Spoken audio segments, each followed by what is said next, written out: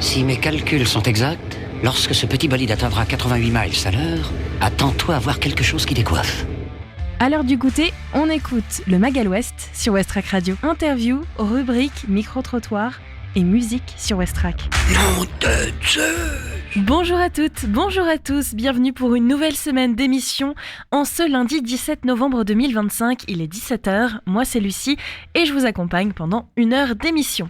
Au micro, en ce lundi, nous parlerons cuisine avec Michel que l'on va accueillir aujourd'hui dans le studio. Je vous propose aussi de découvrir la nouvelle gouvernance du studio, l'association de cinéma. Léo les a reçus au micro. Mani nous parlera aussi de Nina Métayer qui est passée au micro dernièrement. Du côté de la musique, notre découverte Ferrarock comme chaque semaine, ainsi que le nouveau titre de Belfour, Les Voiles. On retrouve bien sûr notre météo, l'agenda événements et les actus. Bienvenue à vous sur Westrack, merci d'écouter cette émission pour une nouvelle semaine ensemble.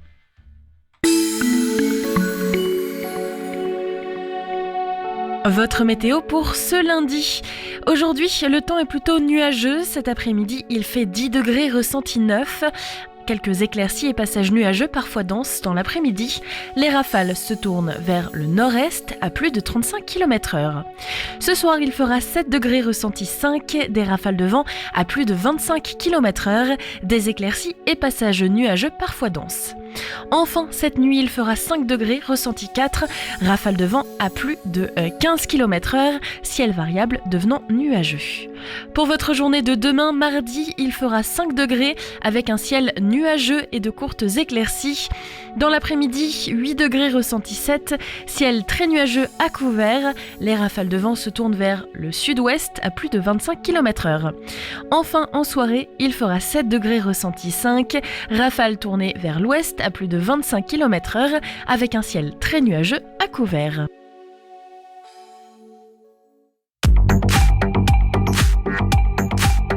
Les infos locales sur Westrack. Le Flash. Bonjour, voici les informations locales de ce lundi 17 novembre 2025. Au Havre, une autrice à succès va animer des ateliers d'écriture. À l'approche des fêtes, la petite librairie du Havre organise une masterclass d'écriture animée par Bérénice Pichat, autrice havraise primée. 3 séances ouvertes à tout niveau sont proposées pour écrire, partager et se laisser inspirer. Les 25 novembre, 10 et 17 décembre, de 18h30 à 20h30 à Seine-Action. Renseignements au 06 33 32 72 89. Une exposition sur la mémoire liée aux objets à l'Université du Havre. L'artiste havraise Julie Aubourg interroge notre rapport au temps par le prisme d'objets oubliés au travers de sa nouvelle exposition Après la floraison à la Bibliothèque universitaire du Havre. Dans le cadre du dispositif de Visu, elle invite étudiants et étudiantes à participer à 4 ateliers de création. Le résultat final sera présenté le 12 décembre à la maison de l'étudiant. Port-Jérôme-sur-Seine, l'automne s'expose à la Galerie du Parc. Jusqu'au 21 décembre 2025, la Galerie du Parc accueille le 42e salon d'automne. L'invité d'honneur, le peintre rouennais Lucien Pagliotti, y présente 26 œuvres. Il sera entouré de 61 artistes sélectionnés par le jury. Entrée libre du mercredi au dimanche de 14h30 à 18h. Tennis, près du Havre. Après un accident, Marie se prépare pour les Jeux paralympiques 2028. Marie Hérissé a été victime d'un accident sportif en 2021. Aujourd'hui paraplégique, elle se lance sur le circuit professionnel de tennis fauteuil, avec pour objectif rien de moins que les prochains Jeux paralympiques à Los Angeles. Parallèlement à sa recherche de sponsors, Marie a lancé sur Litchi un appel à souscription pour l'achat d'un fauteuil qui lui permettra de jouer durablement à haut niveau. Et enfin, football, Coupe de la Ligue, les Havraises s'imposent logiquement à Saint-Malo. Cette 3e et dernière journée de la Coupe de la Ligue pouvait permettre aux joueuses du Havre d'espérer une qualification pour les quarts de finale. Elles ont fait une partie du chemin vendredi 14 novembre 2025 en s'imposant 3 buts à 1 contre Saint-Malo. Merci de votre attention. Le journal se poursuit avec les actualités nationales et internationales. bonsoir à toutes et tous. Le conflit entre Kylian Mbappé et le PSG devant les prud'hommes cet après-midi. L'attaquant français réclame 240 millions d'euros à son ancien club, notamment pour des salaires impayés et du harcèlement moral subi à la fin de son contrat. Le club parisien lui demande 180 millions d'euros de dommages et intérêts aux joueurs du Real Madrid. Au cœur de l'audience, les conditions de départ de Kylian Mbappé de Paris. Les parents des deux victimes sont venus témoigner devant le tribunal d'Angers. C'est là que se tient toute la semaine le procès du feu d'artifice mortel de Cholet le 14 juillet 2022. Parmi les 5 accusés jugés pour homicides et blessures involontaires, le maire de Cholet, Gilles Bourdoulex. Les victimes se trouvaient dans un endroit qui aurait dû être interdit d'accès. Nom, numéro de sécu, adresse, date et lieu de naissance, les données personnelles des utilisateurs de Page Emploi volées. C'est l'URSSAF qui l'annonce aujourd'hui, évoquant plus d'1 million de personnes potentiellement concernées par cette cyberattaque. Page Emploi est un service pour déclarer la garde d'enfants. L'URSSAF précise que cela n'impacte pas le fonctionnement du service, mais appelle à la vigilance face au risque de mails, SMS ou appels frauduleux. La France aux côtés de l'Ukraine avec cet accord annoncé aujourd'hui à l'Elysée. Il prévoit l'achat d'armes françaises et notamment de 100 avions de combat Rafale pour soutenir l'armée ukrainienne face à la Russie. Après sa visite à Paris, Volodymyr Zelensky va poursuivre ses rencontres avec les partenaires européens. Il est attendu à Madrid demain. Un vote à l'ONU dans la soirée sur le plan de paix de Donald Trump pour Gaza. Le Conseil de sécurité doit se prononcer sur son soutien au projet de résolution porté par le président américain dans le cadre du cessez-le-feu entre Israël et le Hamas. Il prévoit notamment l'installation d'une force de stabilisation internationale dans l'enclave palestinienne. Enfin, la 41e campagne d'hiver des Restos du Cœur débute officiellement demain. Mais dès aujourd'hui, les premières distributions ont démarré dans certaines antennes de l'association. Plus de 160 millions de repas avaient été distribués l'an dernier. Bonne fin de journée. Eh bien, n'hésitez pas à réécouter en podcast l'émission du Mag à l'Ouest de jeudi dernier, dans lequel je les ai accueillis. Vous retrouvez aussi Face à la mer, une exposition photographique aujourd'hui au 25 rue Philippe Lebon. Le photographe Grégoire Cornavor embarque à bord du porte-conteneur le Marius le 18 novembre 2023 au départ du port du Havre à destination de Brisbane, Australie, soit 51 jours de voyage et plus de 20 000 km parcourus à travers l'Atlantique, le Pacifique au rythme lent d'un vélo. Découvrez cette exposition toute la journée. Et enfin, au cinéma Le Studio, séance coup de cœur, Laurent dans le vent. C'est à partir de 20h30 au tarif de 5,80 €. Westrack et la Fédération des radios associatives Musiques Actuelles, la Ferrarock, vous partagent la découverte musicale du jour.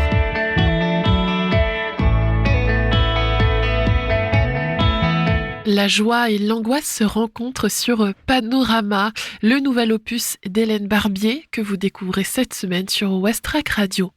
Caractérisé par des mélodies envoûtantes, des refrains épurés et une mince couche de nonchalance qui amplifie le magnétisme des compositions, l'album aux sonorités avant-pop a été construit par étapes sur une période de 3 ans.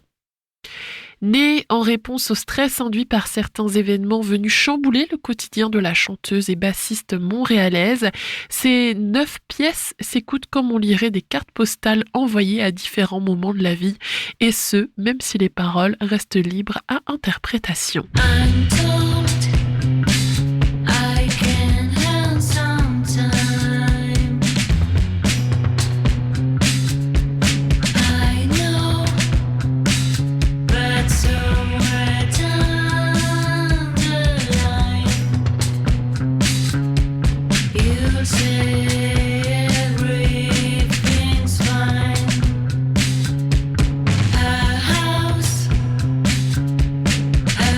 House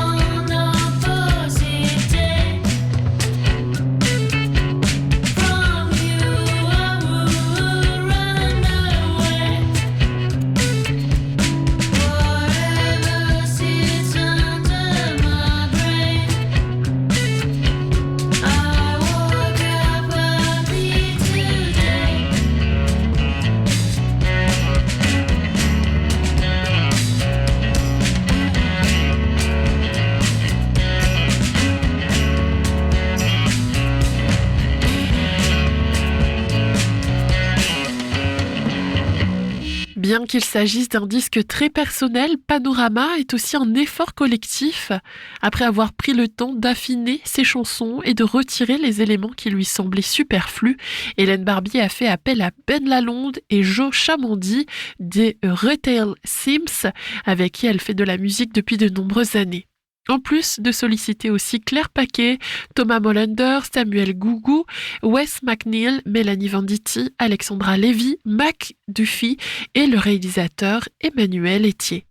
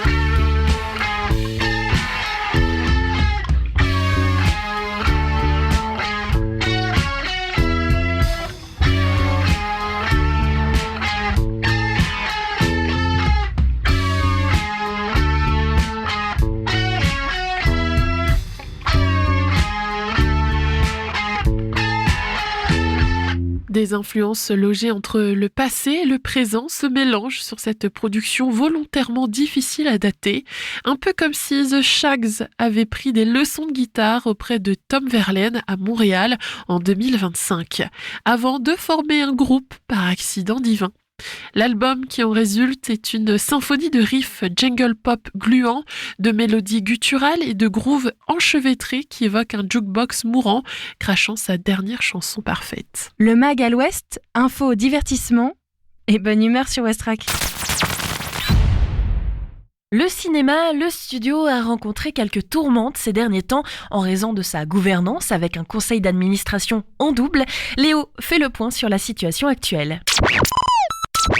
Bonjour à toutes et à tous, chers auditeurs, bienvenue dans cette interview qui sera consacrée sur le cinéma Le Studio. Bonjour Hélène. Oui, bonjour, mon nom c'est Hélène Richards. Je vais d'abord vous laisser vous présenter brièvement et savoir un peu le rôle que vous avez au sein du studio. Alors on a créé une association qui s'appelle Studio Novo. Et donc, je suis la coprésidente avec Christophe Guérin. C'est une aventure qui a démarré fin avril, quand on a su que le studio était donc l'association qui gérait le studio Les Films Seine-Océan était en redressement judiciaire. On connaissait les grosses difficultés de gestion et surtout, il y avait les 2 principaux salariés qui étaient en arrêt maladie depuis l'arrivée de la nouvelle présidente. C'est à ce moment-là qu'on a décidé de se présenter comme candidat à la reprise de ce cinéma. Alors pour ceux qui savent pas, le studio, il a été créé en juin 1999 par le cinéaste Christian Zarifian. Le studio, il constitue une exception française, une salle de 84 places qui est vouée aux grands classiques du cinéma mondial. Et c'est un cinéma d'art et d'essai. Est-ce que tu pourrais nous en dire un peu plus sur le cinéma d'art et d'essai ? Alors, c'est pas un cinéma art et essai, c'est un cinéma film de patrimoine. Donc, qui reprend tout le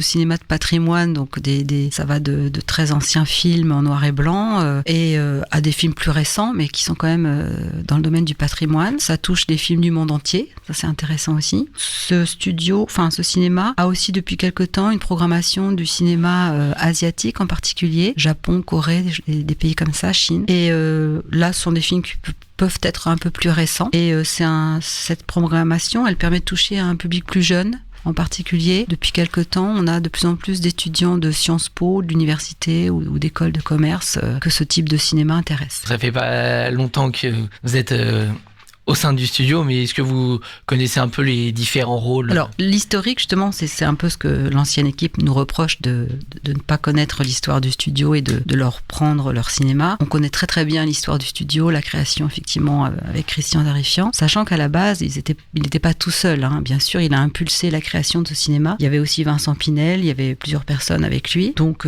c'était quand même une création collective au départ et sous forme associative. Ce cinéma a été géré pendant plus de 20 ans par une association. Au sein de cette association, il y a eu une dispute de gérance. Donc on s'est retrouvé avec 2 conseils d'administration, l'un en face de l'autre. Et c'est arrivé parce que justement Madame Zarifian, veuve de Christian Zarifian, est revenue au sein du conseil d'administration, a brigué la présidence pour reprendre la gérance du cinéma, sachant qu'elle considère que c'est son héritage. On n'hérite pas de la gestion d'une association normalement. Voilà, donc le conflit a eu lieu entre ces 2 conseils d'administration, l'ancien conseil étant présidé par Patrick Gravé à l'époque, et c'est là que ce conflit a été porté à la justice, un premier délibéré au Havre a donné raison à Madame Zarifian, puis il y a eu un appel, et le deuxième délibéré sur Rouen a dit on met une administratrice de justice pour administrer le cinéma en attendant que la décision de tribunal arrive, quoi. Voilà, prennent une décision pour dire qui gère ce cinéma, qui a raison. Voilà. Et avec la reprise du Studio Novo dont vous faites partie, est-ce que depuis il y a eu quelques changements qui ont pu être bénéfiques pour le studio ? Alors il faut savoir quand même que, je vais revenir quand même sur la création de Studio Novo, parce que c'est ça qui a été vraiment passionnant et surtout c'est ça qui fait qu'on a remporté le jugement. C'est qu'en fait on était énormément soutenu par le public de ce cinéma depuis le début. Et donc Studio Novo est issu d'un collectif de personnes qui se sont rassemblées, de personnes individuelles et d'associations qui œuvrent déjà sur le cinéma. Donc ces associations, c'est Havre de Cinéma, Le Grain des Moudres, Cannibale Peluche, Minato, enfin il y a plusieurs associations qui donc ont rejoint ce collectif, et des individus, réalisateurs, animateurs sociaux, associatifs, réalisateurs, enfin je l'ai dit, enfin voilà. Donc vraiment des gens qui connaissent bien le cinéma et qui connaissaient vraiment très bien aussi, étant eux-mêmes publics, le cinéma, le studio. Donc ça, c'est le démarrage de notre collectif. De ce collectif est sorti un groupe, on était une 30aine quand même, ce qui est énorme pour se mobiliser sur la reprise de ce cinéma. Et sur ces 30, évidemment, on peut pas travailler à 30, c'est compliqué. Est sorti un groupe de 6-7 personnes, dont je fais partie, qui se sont mis vraiment au travail là sur 6 mois, entre fin avril jusqu'à fin septembre, pour présenter un dossier, pour se présenter au tribunal de commerce du Havre, avec un dossier qui tenait la route. Et surtout, le souci qu'on avait, c'est que quand on a vu la reprise du cinéma, il y avait des créances importantes importante qui s'élevait à 43 000 euros. Et donc nous, il fallait qu'on arrive avec quand même de l'argent parce que le tribunal de commerce qui l'intéressait en premier lieu, c'était qu'on rembourse les créances. Et donc on a fait une campagne de dons, mais alors on n'est pas du tout passé par ni les réseaux sociaux, ni un crowdfunding associatif. On est passé juste par nos propres réseaux, c'est-à-dire par mail, en rencontrant les gens, en leur téléphonant. Juste, comme on était quand même assez nombreux, tout le monde a fait marcher son réseau et on s'est retrouvé avec 40 000 euros de dons, qui est quand même énorme, et ce qui nous a permis de remporter. À la deuxième audience, on a pu présenter un chèque de 20 000 euros car les créances étaient finalement tombées à 21 000 euros. On l'a su à la première audience. Et en fait, on a réussi à remporter procès. Cette audience, c'est que on a pu rembourser toutes les créances. On reprenait le personnel en arrêt maladie. C'était pas le cas de l'autre association. Et puis notre projet culturel, il était vraiment très intéressant, mais le tribunal de commerce, ce qui l'intéressait en premier lieu, c'était les créances et la reprise des salariés. Et est-ce qu'il y a eu des changements depuis la reprise ? Alors oui, justement, donc le gros changement, c'est quand même le retour des 2 salariés, Céline et David, qui sont tous les 2 programmateurs et qui sont la vie même de ce cinéma. Ça fait quand même plus de 20 ans qu'ils sont là et que c'est grâce à eux que le cinéma effectivement, comme vous avez dit au démarrage, a une sacrée réputation. Et depuis le Covid, après Covid, c'est un des cinémas patrimoine sur la France qui a fait le plus d'entrées. Donc c'est quand même un énorme travail du fait de ces salariés qui sont investis et qui sont passionnés par leur travail. Donc la première chose, oui, c'était ça, c'était reprendre les 2 salariés. Le public nous suivait là-dessus d'ailleurs, tout le monde avait envie qu'ils reviennent. Ensuite, on a dû reprendre au 1er octobre et les films C'est l'Océan avaient déjà fait leur programmation d'octobre, donc on n'a pas jeté tous les programmes et surtout ils s'étaient engagés auprès de distributeurs. Il ne s'agissait pas pour nous de lâcher les distributeurs sur des engagements de films. Donc on a gardé le programme du mois d'octobre même s'il ne convenait pas vraiment. Bon, certains films étaient bien mais pas tout. Et on a quand même prévenu le public que c'était un programme qui n'était pas de notre fête. Et du coup là on était très heureux là tout fin octobre d'avoir le nouveau programme de novembre qui cette fois est vraiment un programme maison Studio Novo avec David aux manettes. Sur ce petit programme de novembre, il y a un petit texte qui explique la reprise du cinéma. Voilà, un texte court. Donc ça, c'est le premier changement. Ensuite, les changements sont à venir parce qu'on a plein de projets, évidemment. On voudrait développer des nouveaux labels comme le label court-métrage ou le label 15-25 ans. On voudrait développer des locations de salles à l'étage parce qu'il y a un grand plateau à l'étage qui est vraiment très intéressant mais qu'il va vraiment falloir aménager parce que c'est dans son jus depuis des années, depuis les années 90. Donc il y a un travail d'aménagement. On voudrait changer l'accueil pour en faire un lieu d'accueil qui est un bar et qui soit un peu plus moderne avec des manches debout, des choses en enlevant la grande table qui prend toute la place. On voudrait refaire la vitrine d'extérieur parce qu'elle est très vieillotte aussi, que elle est plus très moderne et qu'elle a besoin d'avoir un coup de jeune. Voilà, donc on a énormément de projets, quoi. Il y a pas de souci. Et les partenariats, bien sûr, on les a repris parce que c'est ça qui manquait avec l'autre équipe. Plus personne ne voulant travailler avec eux, donc ou très peu. Et du coup, nous, on retrouve tous les partenaires et on veut en trouver des nouveaux. On va vraiment développer tout ce travail partenarial avec les associations. Parce qu'en étant coprésidente de Studio Novo, je suis aussi membre de l'association Havre de Cinéma, que j'ai cité au début, et on organise des inédits tous les mois. Donc les inédits, c'est des films récents qui n'ont pas été projetés dans les cinémas d'ici, donc Gaumont, Sirius, voilà. Alors on travaille avec bien sûr le studio, mais on avait arrêté notre partenariat, mais on le reprend bien sûr. Comme on avait arrêté notre partenariat avec le studio, on travaille aussi avec le cinéma Les Arts de Montivilliers, qui est un cinéma formidable aussi. Je vous engage à y aller, c'est pas très loin. Et donc le prochain documentaire, des inédits, c'est un documentaire Black Box Diaries qui sera projeté au cinéma Les Arts parce qu'on n'avait pas encore repris le studio mercredi 12 novembre à 20h30. C'est un documentaire qui raconte l'histoire de cette journaliste japonaise qui a été violée par un monsieur qui fait partie, un proche du premier ministre japonais et que du coup l'affaire a été étouffée complètement et elle se bat pour être reconnue dans cette bataille. C'est un film assez féministe, voilà, je vous engage à y venir. Et puis donc le nouveau programme de novembre de studio, vous pouvez le trouver n'importe où, dans tous les lieux publics, il est vraiment très très riche. Et juste pour terminer, Havre de Cinéma aussi, on fait des rencontres sur les séries et elles vont démarrer début décembre. Alors j'ai plus les dates exactes, je voudrais pas dire de bêtises, mais c'est pareil, vous allez trouver bientôt les programmes un peu partout et c'est vraiment 3-4 jours, c'est sur le thème de la cuisine, c'est vraiment des rencontres tout à fait passionnantes. D'accord, eh bien merci beaucoup, on espère que le monde viendra exact, on voudrait que le public revienne au studio et ça c'est quand même le plus gros message, le plus important, que revenez donc voir les films au studio. Merci aux associations, les Amis du Studio et les Yeux-Dits qui ont été dès le début dans le collectif pour construire le projet de l'entreprise. Et merci Hélène d'avoir été notre invitée. Et nous, on se retrouve sur Westrack Radio. De rien. Merci Léo pour ce reportage. Bellefour les voiles, c'est une nouveauté qu'on vous propose d'écouter aujourd'hui. Ce groupe vient de Clermont-Ferrand en France. C'est une petite pépite que l'on vient d'ajouter à notre programmation. Et juste après, Mani nous propose un reportage. Elle a rencontré Nina Métayer.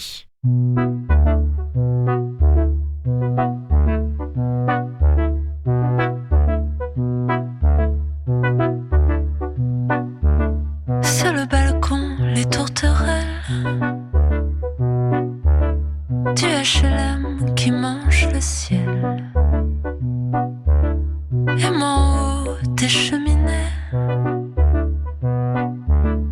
je regardais le puits danser. Derrière se cachait Joanne, son arc et puis ses cabanes. Tous ces chemins qu'on a tissés ensemble, avant que la terre ne tremble, avant que la terre ne tremble.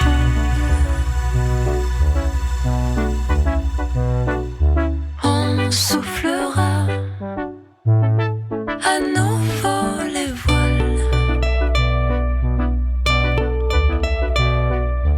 On soufflera à nouveau les voiles. Tous ces dimanches à la campagne, les tracteurs, les bottes de paille. Et si mamie vient à tomber, que Paris meurt à mes pieds, on partagera un oasis, des mystères frises et du réglisse. On sautera les barbelés avant que la terre ne tremble, avant que la terre ne tremble, avant que la terre ne tremble. On soufflera à nouveau les voiles. On soufflera à nouveau les voiles. On soufflera à nouveau les voiles.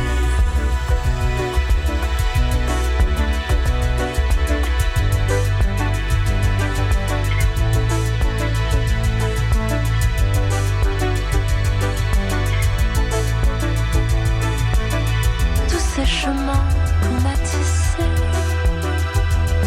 ensemble, avant que la terre ne tremble, avant que la terre ne tremble.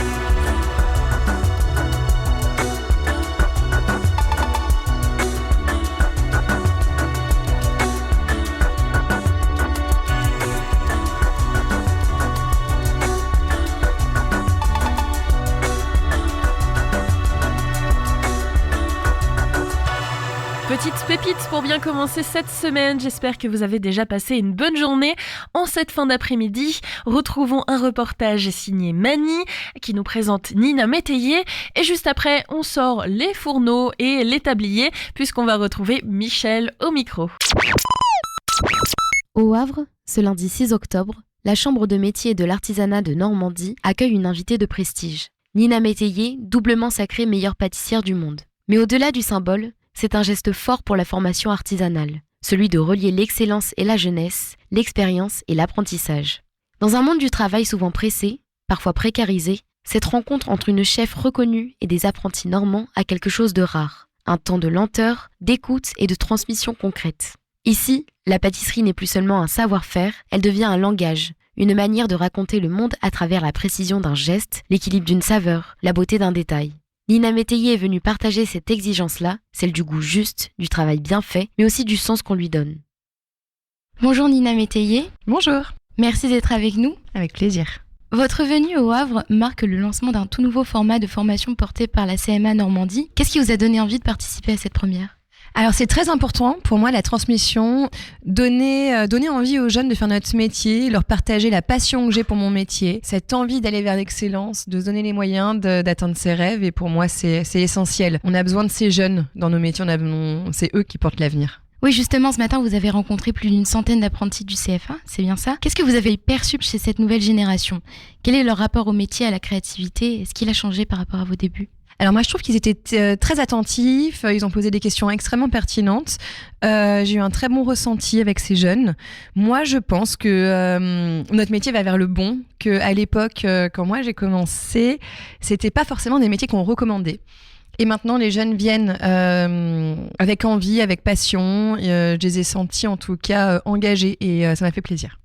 Le goût est un vecteur d'émotion, de plaisir et de partage, ce sont vos mots. Comment transmettons cette émotion à des jeunes pâtissiers pour qu'ils ne se limitent pas à la technique et trouvent leur propre langage sucré ? Alors, quand on apprend le cadre, les règles et les bases.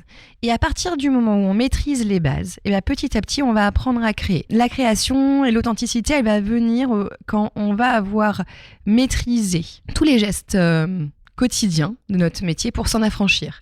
Mais c'est vrai que il y a un temps d'attente, ça fait partie des métiers de l'artisanat, et c'est ce qui est beau, c'est la résilience face au travail de longue haleine. On va répéter, parfois rater et recommencer, et une fois qu'on aura expérimenté, là on va pouvoir se l'approprier et créer. Je pense qu'il faut faire étape par étape, il faut vraiment apprendre, il faut que la pâtisserie devienne notre deuxième langage pour qu'on puisse se l'approprier vraiment. Et est-ce que vous pensez que ce genre de rencontre, donc comme ce matin et cet après-midi, peut renouveler la manière d'enseigner les métiers de la bouche ? Alors, je suis pas sûre que je vais renouveler, mais en tout cas, je pense que ce que j'aimerais faire, c'est semer des petites graines pour que quand c'est un peu dur, ils pensent à des petites choses, peut-être que je leur ai dit, en sachant que moi aussi, je suis passée par des moments qui n'étaient pas forcément simples, etc. Où je trouve que le fait de partager, ça va nous permettre de trouver les solutions quand c'est difficile, ou en tout cas de se sentir moins seul parfois. Et puis aussi prendre confiance aux possibilités qu'on a. En fait, on est capable d'atteindre ce qu'on a envie. C'est simplement on l'a dans les mains. On peut aller extrêmement loin, beaucoup plus loin qu'on pourrait même l'imaginer. Votre masterclass de cet après-midi, elle s'intitule « Les secrets de Nina Métayer ». Alors sans tout dévoiler, quel sera l'esprit de cette rencontre ? Qu'aimeriez-vous que les participants en retiennent en repartant ? Alors déjà, il y a cet échange sur...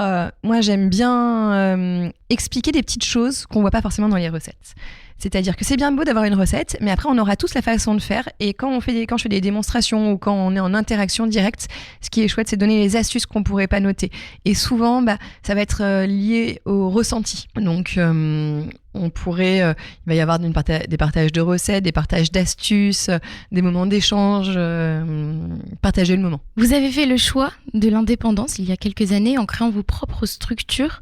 Qu'est-ce qui vous anime aujourd'hui ? La liberté, la transmission ? L'innovation ? Je pense que c'est un petit peu tout ça. Ce que j'aime, c'est l'aventure du quotidien. Ça va être, on ne sait pas ce qui nous attend tout à l'heure, demain, etc. On va essayer de se projeter, on va prendre des décisions, on va devoir aller jusqu'au bout et on va faire en sorte que ça fonctionne ensemble. Ce que j'aime, je pense que en fait, c'est l'équipe, c'est le collectif, c'est le fait d'avancer ensemble, le fait de créer des choses beaucoup plus grandes. Ouais, je pense que c'est le collectif en général, ce que le collectif est capable de faire. Le collectif, c'est très important dans la pâtisserie ? Pour moi, c'est extrêmement important. Je serais incapable d'avoir fait tout ça toute seule. J'ai été accompagnée de gens extrêmement investis, engagés, qui vont jusqu'au bout des choses, qui travaillent les uns avec les autres, qui se remettent en question, qui trouvent des solutions à chaque problématique qu'on pourrait rencontrer, qui inventent ces solutions qui nous permettent d'évoluer, de grandir, de créer, d'innover. Donc si vous en êtes là aujourd'hui, c'est et grâce à vous et grâce à ceux qui vous entourent ? C'est le collectif en général. Moi, j'ai mon propre travail et mon engagement que je mets vis-à-vis de mon propre travail. Mais après, évidemment, c'est justement l'excellence de chacun qui est au service du collectif. Et enfin, une dernière question pour celles et ceux qui vous écoutent et qui souhaitent se lancer dans la pâtisserie ici en Normandie. Quels conseils vous pourriez donner ? Alors, quand on veut se lancer dans la pâtisserie, je pense qu'il faut se renseigner sur les contraintes et les avantages du métier. Il faut avoir cette lucidité-là, savoir, ok, alors si je me lève le matin, est-ce que j'aime ça ? Est-ce que je suis prête à aimer ? Est-ce que je suis prête à aller jusqu'au bout de mon engagement ? Donc ouais, ça demande certains... C'est pas un métier facile. Et pour moi, c'est le plus beau des métiers du monde. Mais c'est vrai qu'il faut apprendre à embrasser, à aimer les contraintes du métier. Moi, j'adore me lever tôt, j'adore travailler debout, j'adore le côté physique du métier. Il y a plusieurs façons de faire notre métier. Tout le monde ne se lève pas à 4h du matin, 3h du matin. Mais je pense qu'il faut, si on veut se lancer dedans, il faut essayer déjà. Il faut essayer d'aller chercher l'information, se poser les bonnes questions et se lancer, quoi. Voilà. Il faut aimer les contraintes. Ouais, en fait, il faut les voir. Il faut être prêt à les embrasser, quoi. Il faut être prêt à les aimer, à les chercher, faut pas les éviter. Elles sont là et elles sont belles. Et moi, j'adore me lever le matin très tôt, avoir de l'avance sur tout le monde, avoir cet esprit d'équipe qui est incroyable le matin quand on se réveille. Et j'aime bien être au service des gens le week-end. J'aime bien... Enfin, voilà. Et c'est vrai que ces contraintes-là peuvent paraître souvent, c'est des choses qui peuvent refroidir un petit peu les nouveaux arrivants dans le métier. Et en fait, faut pas les voir comme des contraintes. Faut les voir comme une vie un peu extraordinaire, quoi. Non, merci beaucoup d'avoir répondu à nos questions. Merci. Et vous écoutez le Magal Ouest, il est 17h35, merci d'être avec nous, on entame ensemble une nouvelle semaine et j'ai le plaisir d'accueillir, comme chaque lundi, Michel. Bonjour Michel. Bonjour Lucie. Est-ce que tu vas bien aujourd'hui ? Ça va bien, malgré le froid, la pluie, ça va bien. Un peu froid. Aujourd'hui, on s'intéresse à un plat qui réchauffe parce que jeudi, c'est le Beaujolais nouveau avec modération, bien évidemment. Beaujolais nouveau, c'est pot-au-feu, quoi. Traditionnellement, c'est le pot-au-feu, le plat, je vais dire, un des plats emblématiques de la France. Pour information quand même, on va parler un petit peu boisson quand même. Avant le Beaujolais nouveau, donc ça c'est le 3e jeudi de novembre, nous avons le 2e jeudi de novembre, le Gaillac nouveau. Ça, peu de gens le savent. Le Gaillac nouveau, petit vin du Sud, ce qui permet d'avoir du blanc, si on n'aime pas le vin rouge de la région lyonnaise. Et avant encore, le 1er jeudi de novembre, on a la crème de cassis nouvelle. Parce qu'on a récolté tout le cassis et on fait la crème de cassis. D'où le kir... qu'on prend généralement à l'apéritif. Et la recette officielle du kir, c'est des choses bien précises, c'est la crème de cassis. Donc normalement, il n'y a pas violette, il n'y a pas pêche, il n'y a pas fraise des bois. Normalement, c'est vraiment crème de cassis et Bourgogne à ligoter pour le vin blanc. Ça, c'est pour la petite histoire. Donc, de toute façon, au Beaujolais nouveau, si on n'aime pas le Beaujolais nouveau, on peut prendre un autre vin, ça pose pas de problème. Je pense que c'est surtout, ça annonce l'hiver, on va rentrer dans le froid, dans le dur.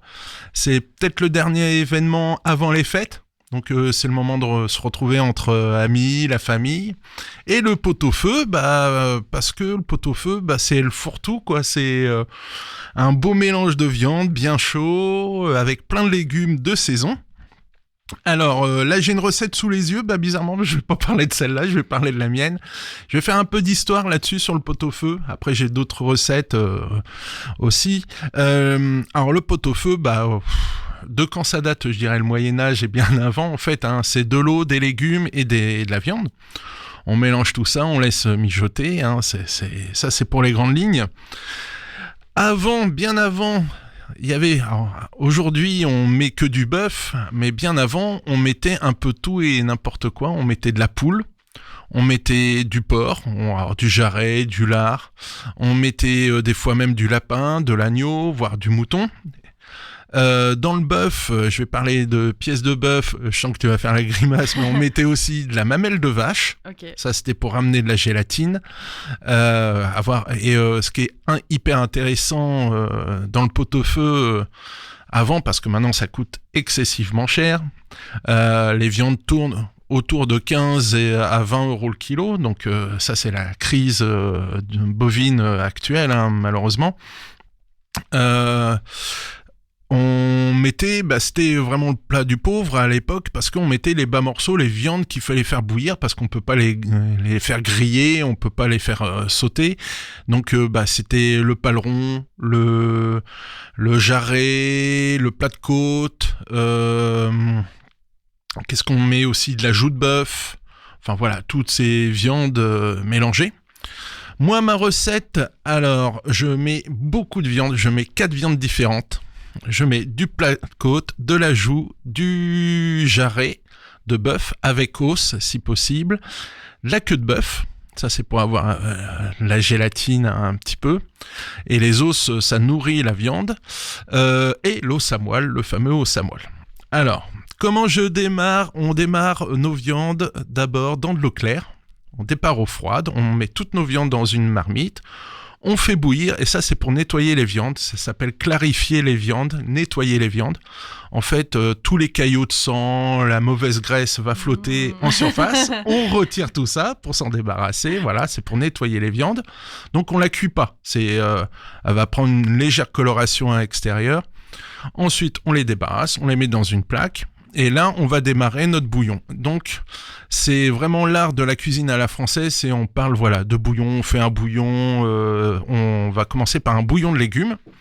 Là, on ressort du congélateur, si on a suivi mes conseils, toutes ces plures de légumes, de carottes, d'oignons, etc.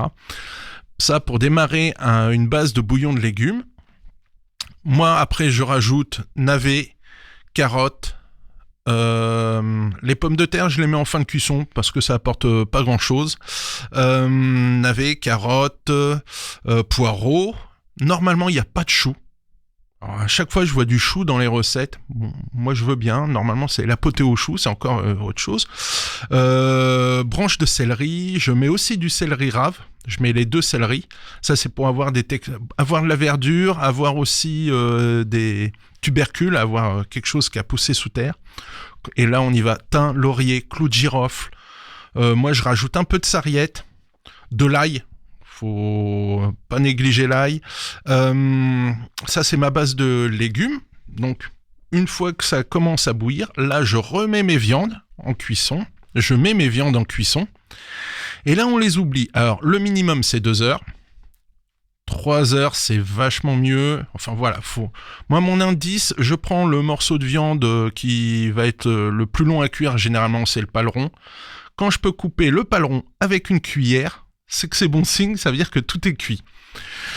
Si on a de la patience, on enlève les os, ça c'est sympa, voilà, d'un autre côté. Une fois que mes viandes sont cuites, c'est là où je rajoute mes pommes de terre et je relance la cuisson pendant 3/4 d'heure, 1 heure maximum. Comme ça, les pommes de terre vont prendre le goût du bouillon. Donc on n'est plus sur un bouillon de légumes, mais on est sur un bouillon de pot-au-feu.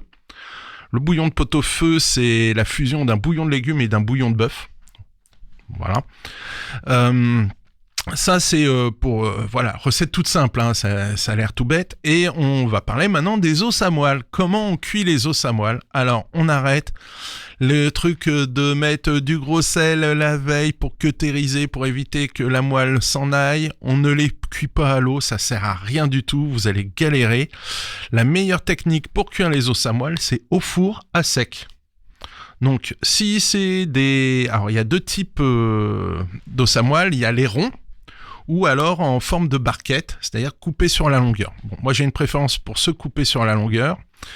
Mais dans tous les cas, l'astuce, c'est vous mettez une feuille de cuisson au fond d'un plat, vous disposez vos os à moelle, vous les mettez au four bien chaud, un four à 180-200 degrés. Et pour savoir si c'est cuit, alors nous on utilise l'aiguille à brider, mais sinon le petit couteau d'office suffira. Vous plantez dans la moelle, quand vous passez au travers de la moelle, vous les retirez du four. De toute façon c'est tellement chaud que ça va finir de cuire tranquillement par la chaleur de l'os. Et vos os à moelle sont cuits. Et surtout, la moelle, elle est restée dans l'os. C'est le plus important. Alors pourquoi je préfère ceux en barquette ? Parce qu'on est sûr qu'ils soient pleins. Le problème avec ceux qui sont ronds, on ne sait pas s'il y a du cartilage. Enfin, l'os à l'intérieur, plus d'os que de moelle, on sait pas. C'est un coup de poker à chaque fois. Donc j'ai une préférence pour les os à moelle en longueur. Voilà, ça c'était l'histoire du pot-au-feu. C'est un peu bref, mais... Moi j'ai une question, est-ce qu'on peut l'adapter avec moins de viande ? Ah mais il y a tout à fait des pot-au-feu végétariens, il y a des pot-au-feu... Oui, on peut s'amuser. Dans ce cas-là, on va peut-être pallier La protéine animale, on va aller sur la protéine végétale. On va rajouter quelques haricots blancs. On a des mogettes en ce moment. Ça, c'est sympa. C'est les petits haricots blancs de Vendée. Alors ça, faut faire attention parce que avec une cuisson trop longue, l'avantage des légumes, c'est que ça cuit vite parce qu'il y a plus d'eau, ça contient plus d'eau. On peut rajouter, des haricots blancs. On peut aller sur des lentilles. On reste pas sur des lentilles exotiques, vraiment la lentille verte du Puy-de-Dôme, d'Auvergne, c'est très bien. À ce propos, tiens, j'ai appris une information, vérifiez bien que les lentilles que vous achetez, surtout les lentilles vertes, soient des lentilles françaises, parce que je viens d'apprendre que les lentilles canadiennes sont bourrées de pesticides interdits en France. Ça, c'est la petite info, je pense que c'est important. Ça... C'est noté sur l'étiquette, on a juste à regarder. Ouais, il y a juste à regarder derrière la provenance. Voilà, donc France, pas Canada, parce que en fait, la lentille sèche naturellement sur le sol.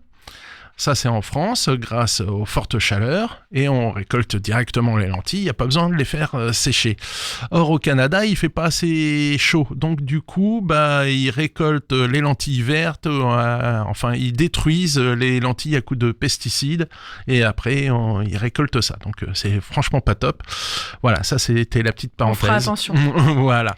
Le pot-au-feu, revenons à notre marmite. L'idée, c'est bien, on a fait du pot-au-feu, on s'est régalé, mais il en reste toujours, généralement, on en fait toujours trop. Ça, c'est la cuisine française, il y en a toujours un peu trop. Les os à moelle, on va les vider, on va mettre tout ça dans un tupperware au frigo et on peut se faire des petites tartines, pour l'apéro, pour agrémenter une pièce de bœuf, ça peut être pas mal. Ça, c'est pour la moelle. Il y a d'autres recettes, on peut faire des œufs à la moelle, on peut trouver plein de recettes à partir de la moelle. C'est aussi très bonne liaison pour les sauces, la moelle. Alors je sais, c'est que du gras, vont me dire les gens, mais ça marche très bien. Au lieu de mettre une noisette de beurre, un petit toast à moelle, ou pour faire sauter les pommes de terre, ça peut être sympa. La viande, alors là c'est pas très compliqué, vous allez retrouver tout ce qui est partie plat de côte, joues, palons, etc. Pardon. Ça, vous le récupérez encore quand c'est encore un peu tiède, vous mettez ça dans une terrine, vous pressez bien pour enlever un peu de jus, vous collez ça au frais, on se retrouve avec la terrine de bœuf cuite. Terrine de bœuf cuite qu'on peut encore retravailler pour faire le hachis parmentier des grands-mères. Alors là, c'est encore plus top quand on récupère les pommes de terre, les carottes, les navets pour faire la purée. Et là, on fait un hachis parmentier grande classe. Voilà, le vrai hachis parmentier. Alors la viande, normalement, s'effiloche toute seule. Il n'y a pas besoin de la hacher. Moi, je garde généralement les queues de bœuf que je désosse et je fais une terrine de queue de bœuf qu'on peut recuire dans du vin rouge, dans laquelle on peut agrémenter avec un petit peu de foie gras. Enfin voilà, on peut en faire un plat de luxe. Terrine de queue de bœuf au foie gras, c'est une tuerie, hein. Je tiens à le préciser. Voilà, en plus c'est un plat qui amène. On colle ça au congélateur, voilà. Et on a la flemme un soir. On sort la petite terrine et on se fait plaisir. Les légumes, pareil, les poireaux, on les récupère, petits poireaux vinaigrette. En plus, ils ont cuit dans un bouillon formidable. Le bouillon, pareil, on le récupère. Hein. On récupère du bouillon, pareil, je vais dire, dans des bouteilles, dans un tupperware et on colle ça au congélateur. Pourquoi ? Parce que quand on a besoin de faire une autre recette, un bon bouillon de pot-au-feu, moi je sais que mes clients me réclament, ils repartent avec leur bouteille de bouillon, on me réclame, donc j'en fais plus exprès, je parle en dizaines de litres d'eau. Avec leur doggy bag de pot. Ah ouais, le bouillon de bœuf, on m'en réclame à outrance. Quoi d'autre ? Après, comme je le disais, le bœuf c'est très cher. On peut partir sur d'autres recettes. Il y en a une bien normande, la poule au pot. Ça y est, je dis des bêtises. Pas la poule au pot. Ça, celle-là, je vais en parler juste après parce que pour les fêtes, c'est très très bien. C'est la poule au blanc, la poule au riz de chez Mamie. Pourquoi c'est pas cher ? Parce que normalement, c'était les vieilles poules pondeuses en fin de vie et malheureusement, la viande généralement, c'est pas terrible parce que c'est de la carne, elles sont trop vieilles. Du coup, on les faisait cuire dans du bouillon. Donc, un bouillon concentré, au départ, donc bouillon de légumes, une poule, il va falloir du riz parce que c'est l'accompagnement de prédilection, des champignons de Paris. On peut rebooster un peu le bouillon avec du céleri et surtout de la crème. Parce qu'on est en Normandie, quand je disais que c'est vraiment une recette d'excellence, ce qu'on va faire, on va placer la poule dans une marmite, on va y verser directement le bouillon dessus, un bouquet garni, de l'oignon, un peu de céleri, des clous de girofle. On va laisser cuire tout doucement pendant une demi-heure. On va la retourner pour que la cuisson soit uniforme, vraiment. Et une demi-heure avant la fin de cuisson, on va faire cuire du riz dans de l'eau. On va l'égoutter. On va remplacer l'eau on fait cuire notre riz dans le bouillon qui a servi à cuire... Pardon, je me trompe, j'ai sauté une ligne. On va cuire notre riz dans le bouillon qui a servi à cuire la poule. Ça, on a du coup notre poule cuit à l'eau. Alors longtemps, si c'est vraiment une vieille poule, faut vraiment cuire plutôt longtemps, je dirais 1 heure et demie de cuisson facile. Et ensuite, à côté, on va faire notre liaison. Alors, on va réaliser ce qu'on appelle un beurre manié. Un beurre manié, si on veut, c'est un peu un roux à froid. Autrement dit, on va faire du beurre à température ramollie, auquel on va mélanger un peu de farine. Et avec une cuillère à café, on va rajouter cette préparation à notre bouillon jusqu'à temps qu'il épaississe. Alors, on a notre poulet, notre riz d'un côté. On rajoute ça au bouillon. Là, on va rajouter nos champignons. Et bien sûr, on va crémer. Voilà, on fait réduire un petit peu tout ça. Ça va s'épaissir naturellement. Et ensuite, on sert la poule qui doit se découper très facilement. Normalement, on peut même le faire avec une cuillère à la main, voire une cuillère à soupe. Un morceau de volaille sur du riz et on nappe de sauce. Ça, c'est vraiment le grand classique. Si on veut booster la recette, moi, j'avoue, je rajoute un peu de cidre avec l'eau et des petites dés de pommes. Voilà, un petit peu à la cauchoise. Ça, on aime bien, façon vallée d'Auge, comme on dit. On peut flamber aussi, flamber Calvados, bien évidemment, avec modération. De toute façon, c'est cuit, il n'y a plus d'alcool à la fin. Et une autre recette très festive que les gens oublient. Alors là, par contre, niveau difficulté XXL, okay. Voilà. Non, on peut tricher, on peut demander à notre boucher, charcutier, nous préparer la volaille. On va lui demander de désosser la volaille complètement. On prend un beau poulet ou une poule, on demande à ce qu'il désosse complètement et on embarque ça à la maison. Et derrière, on va faire une farce à la maison. Alors, poule au pot, c'est Henri IV qui avait dit je veux que chaque Français puisse manger une poule au pot tous les dimanches. Voilà, parce que est-ce qu'ils arrivaient à manger une faut pas croire. Au Moyen-Âge, c'est avec le on dit faut pas. Ouais. Il y a eu des disettes, des famines, mais faut pas croire. Au Moyen-Âge, on mangeait plutôt bien, contrairement à ce qu'on pense. Et l'idée, c'est de faire une farce. Alors, la farce, du cœur, du foie, des gésiers de volaille. Normalement qui sont souvent fournis avec la volaille quand on va à la ferme, de la mie de pain. Moi j'aime bien rajouter un peu de jambon cru. On passe tout ça au hachoir. Ensuite, on a notre farce, on met ça au milieu de notre farce. On rabat toutes les pièces extérieures. Alors il y a une façon de rouler. Moi je roule de la tête vers les cuisses. Pourquoi ? Parce qu'une fois qu'on va trancher, tout le monde aura un morceau de blanc, un morceau de cuisse. Voilà, on ne se retrouve pas avec ceux qui n'ont que des morceaux de cuisse. Voilà. Donc l'importance de bien rouler, dans quel sens on roule sa volaille. On peut ficeler, on peut utiliser un peu de crépine autour pour éviter que la farce s'en aille. Il y a des astuces, des rondelles de pommes de terre aux deux extrémités aussi. Mais surtout, bien ficeler, généralement ça marche très très bien. Là, on va mettre ça, notre volaille, au four pour juste la colorer. Là, il faut une belle coloration au niveau de la peau. Et là, on recommence un petit peu. On ressort notre volaille quand elle est bien colorée. On va faire un bon bouillon de légumes. Alors, on recommence carottes, oignons, poireaux, navets. Tu vois, on revient un petit peu sur le pot-au-feu à la base. Nos pommes de terre, clous de girofle, persil, etc., etc. On met notre poule en cuisson. À mi-hauteur, c'est bien, pas besoin, on met le couvercle sur la cocotte. On laisse ça, ça aussi, à la cuisson, on est sur une cuisson de 1h30, 2 heures. Ensuite, on récupère notre volaille, on a un super bon bouillon de volaille. On le filtre, on récupère que le bouillon, et là, on va remettre à cuire dedans des beaux légumes. On récupère les navets, les carottes, les oignons quand même. On y rajoute du chou. Là, ça y est, là, il y a vraiment du chou dans cette recette, parce qu'on arrivait à faire pousser des choux un peu partout. Et là, on s'amuse avec les légumes de saison, les champignons qu'on a cueillis à la forêt, etc., etc.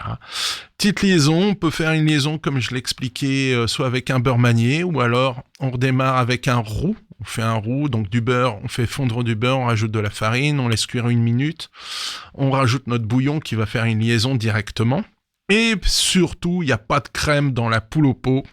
Ce coup-ci, c'est pour bien faire la différence entre la version normande et la version paloise. Parce que la poule au pot, c'est vraiment Henri IV, c'est vraiment le sud-ouest à la base.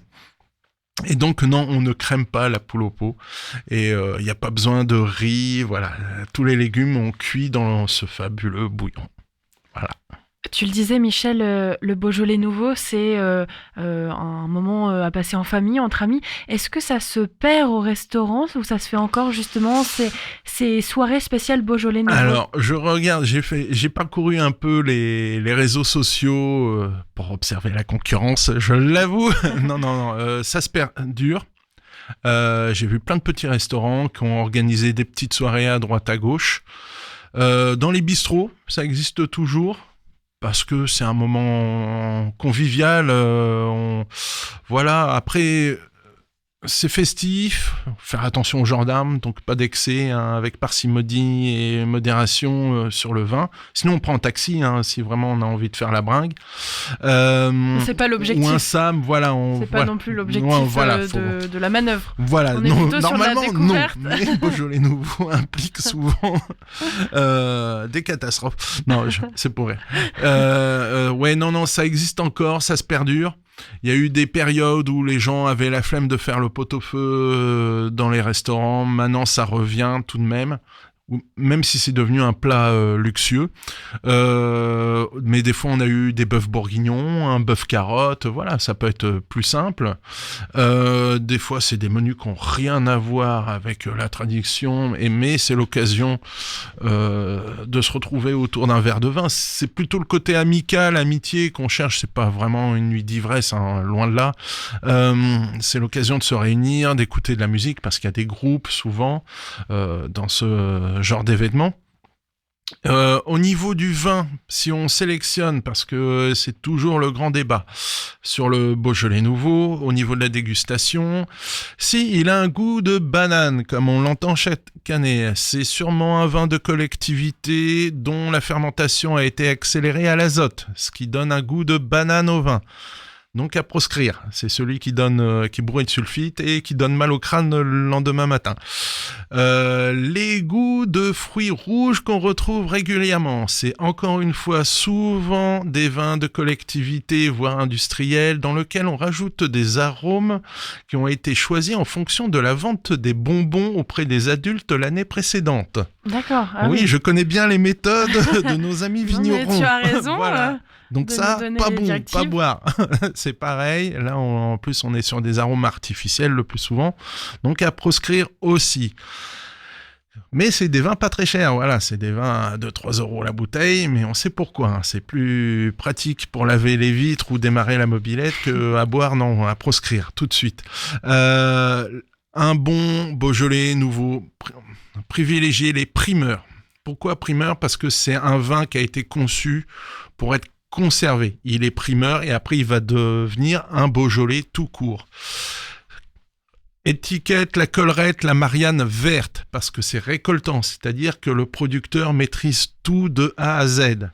Il a fait pousser son raisin et il l'a mis en bouteille. Il a même fait l'étiquette, ça se trouve c'est lui qui a collé l'étiquette dessus. Voilà, récoltant, Après, on peut s'amuser sur les Beaujolais Village, donc qui est une appellation plus petite au niveau de la superficie et généralement meilleure qualitativement. Donc oui, voilà. Pour le sélectionner, récoltant surtout et primeur, c'est mieux que nouveau. Primeur, c'est-à-dire que c'est un vin qu'on peut conserver. Petite astuce, si vous reste du Beaujolais nouveau et qu'il était bon, gardez l'autre côté, gardez quelques bouteilles de côté, parce que quand va arriver le printemps avec les premiers barbecues, c'est un vin qui est plutôt léger généralement, servi bien frais au premier barbecue, c'est très agréable, ça permet d'attaquer sereinement les beaux jours. Quoi d'autre ? Il existe du Beaujolais blanc aussi. Et sinon, vous faites outre du Beaujolais nouveau et vous prenez le vin qui vous plaît, quoi. C'est vraiment, je pense, plus le moment à partager. C'est vraiment, fin de l'automne, on attaque l'hiver. Je ne sais pas si ça a été fait exprès, mais et voilà, c'est surtout, et même sans vin, quoi. Voilà, c'est surtout de partager un bon moment, partager un plat avec les amis. Voilà, c'est l'occasion de se retrouver, de se réunir. Et au niveau des restaurants, les tarifs, en général, ce sont des menus spéciaux. Est-ce que toi, tu as repéré justement sur cette saison des tarifs ? Ça démarre à 20 € pour les moins chers, ça grimpe jusqu'à des 40 € pour les plus chers. Alors, je le précise, c'est le coût du bœuf aussi, principalement, avec ou sans animation. Oui, aussi. je disais aussi. Le prix de la bouteille, ça va démarrer à des 10 €. Alors, attention, dans les bars et les restaurants, le vin est plus cher parce que c'est là-dessus que les bars et les restaurants gagnent leur croûte. C'est pas grâce à l'assiette, généralement. C'est souvent grâce aux boissons. Donc, ça va démarrer les bouteilles, je peux me tromper, mais autour de 10 €, pas terrible, et ça peut grimper à jusqu'à 30 € du très très bon. Et comme je le disais, c'est pas forcément un Beaujolais nouveau, on peut avoir un Beaujolais tout court, un vin de garde qui a 2-3 ans, un très bon Morgon, ça peut être très sympa, quoi. Voilà. Et toi, dans ton restaurant, au menu, pot-au-feu ou pas ? Alors oui, nous on va démarrer Rosette de Lyon avec un cardinal. Qu'est-ce que c'est qu'un cardinal, ou on appelle ça aussi un Richelieu ? C'est un kir au vin rouge, donc crème de cassis nouvelle, voilà, donc tu fais à fond. Et panana mi-close, le serpent qui se mord la queue, on revient à la case départ, avec la Rosette de Lyon, parce que Beaujolais c'est la région lyonnaise. Parce que comme ça c'est le côté un peu apéritif, on commence tout doucement. Après, on enchaîne sur le pot-au-feu. Donc moi, je suis sur 4 viandes. Je suis avec l'eau à moelle, plein de légumes, du bouillon, avec même un deuxième service pour les plus gourmands. Mais généralement, ils sont bien calés. Généralement, on est plutôt en opération petite boîte pour porter les restes. Voilà, il repart plus le bouillon. On enchaîne sur un brie de Meaux. Avec un beau mesclin, moi je préfère acheter mes salades séparément et faire moi-même mon mélange. Donc là on va avoir pousse d'épinards, la frisée, voilà, il va y avoir quelques belles salades, avec un petit bout de fromage, brie de Meaux parce que c'est un classique de la région et que je trouve c'est le côté un peu guinguette, je trouve que c'est plutôt rigolo. Et cette année, alors d'habitude je fais salade de fruits, cette année je vais faire un peu de pâtisserie, on est entre la tarte tatin et la pomme au four, je vais bricoler un petit truc, pomme caramel, glace vanille. Ok. Ouais, voilà, petit truc rigolo. Merci, tu nous as donné faim. Vous savez maintenant tout sur le Beaujolais nouveau. Merci Michel. Merci. À la semaine prochaine. Il est 18h03, on se quitte en musique. Partons en Suède avec I Believe in Love de Baba Sklitz. On se retrouve demain, bien sûr, pour un autre Maga à l'Ouest. Avec au micro, notre invité, ce sera Benjamin du Volcan pour nous parler du Haddock Festival, le festival pour les enfants. Je vous souhaite une excellente soirée et je vous dis à demain, j'espère.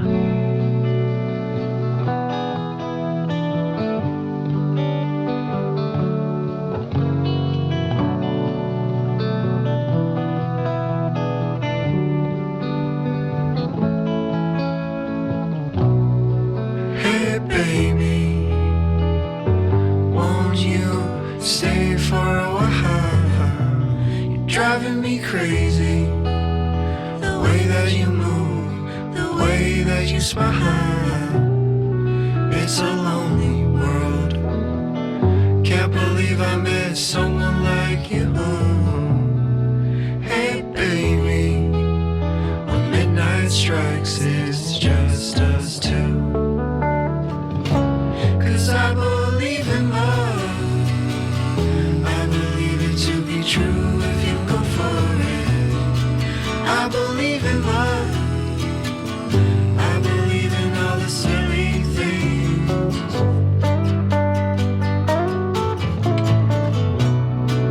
Hey baby, won't you make it alright?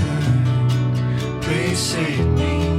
I might do it again, 'cause I'm a dog, I'm a die. It's a crazy world.